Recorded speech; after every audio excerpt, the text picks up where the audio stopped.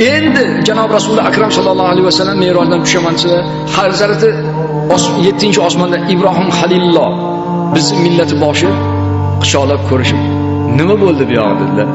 Ya Ibrohim Halilulloh, Alloh taolo menni va ummatlarimga 50 mahal namozni farz qildi deganda, yo. Hozir fursat g'animat. Ey Allohning habibi, har qancha duoingiz, erkaligingiz ketaveradi. Qayting Allohga yig'lang, sajda qiling, kamaytirsin. Men bilaman, odamlar dunyoparast, haligi ana qilib juda behuda umrni o'tkazib yuboradi. Buni 50 mahal nima deyapsiz? Unaqaga unolmaydi. Deganlarda qaytdilar. Alloh taologa sajda qildilar. O'sha maqom olida. Alloh taolo aytdi: "Ey habibim, 15 mahaldan kechdim. 35." Chiqdilar. Ha, yo, 35 ham ko'plik qiladi. Qayting. Ming hijolat bilan borib sajda qilaverdilar. Allohga yalinverdilar. Yana 15 rakatni mahallini kechib bordi. 20 qoldi.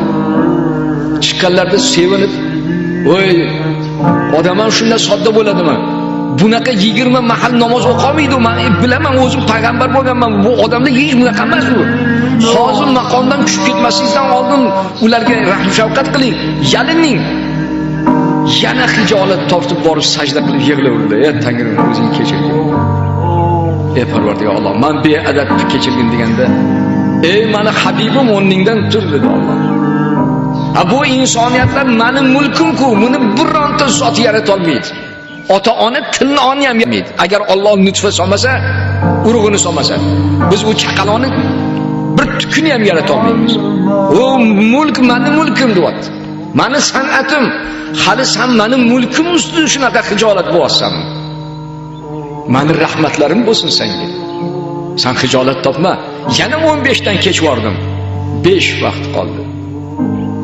Ammo shu hijolat bo'lganingga, ummatim deb shunaqa, ya'ni istrof chekkaningga meni va'dam o'sha 5 mahal o'qigan namozi 50 mahal bo'lib yoziladi namoyi amal.